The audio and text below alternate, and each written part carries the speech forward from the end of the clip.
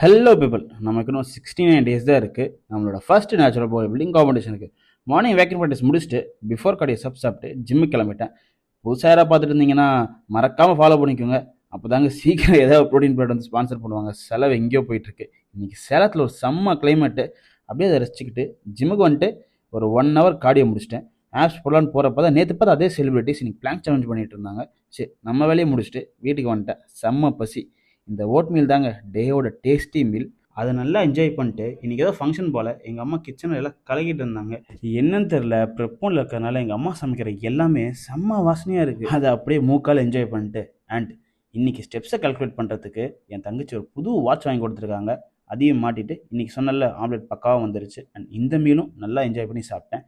எங்கள் அம்மா இன்றைக்கி ஒரு வேலையை கொடுத்துட்டாங்க. எங்கள் பாட்டி வீட்டுக்கு போயிட்டு ஏதோ கொடுக்கணுமாம்மா. சரி, நான் அப்படியே ஸ்டெப்ஸ் கோல்ஸும் கம்ப்ளீட் பண்ண மாதிரி இருக்கும்னு சொல்லிட்டு கிளம்பிட்டேன். போய் கொடுத்துட்டு வரப்போ ஒரு யோசனை, ஏன்டா என் வியூஸ் போல், ஏன்டா எவனும் ஃபாலோ பண்ண மாட்டேங்கிறீங்க, என்னடா ஆச்சு உங்களுக்குலான்னு. சரி, வீட்டுக்கு வந்துட்டு ப்ரீமியல் எடுத்துகிட்டு ஜிம்முக்கு வந்துட்டேன். இன்றைக்கி ஒரு தரமான லெக் டே தான். எப்பயும் சொல்கிறது தான், லெக் டேயில் ரெப்ஸ் எப்பயுமே ஹையாக வச்சுக்கோங்க. Extra burn, extra calories, extra results.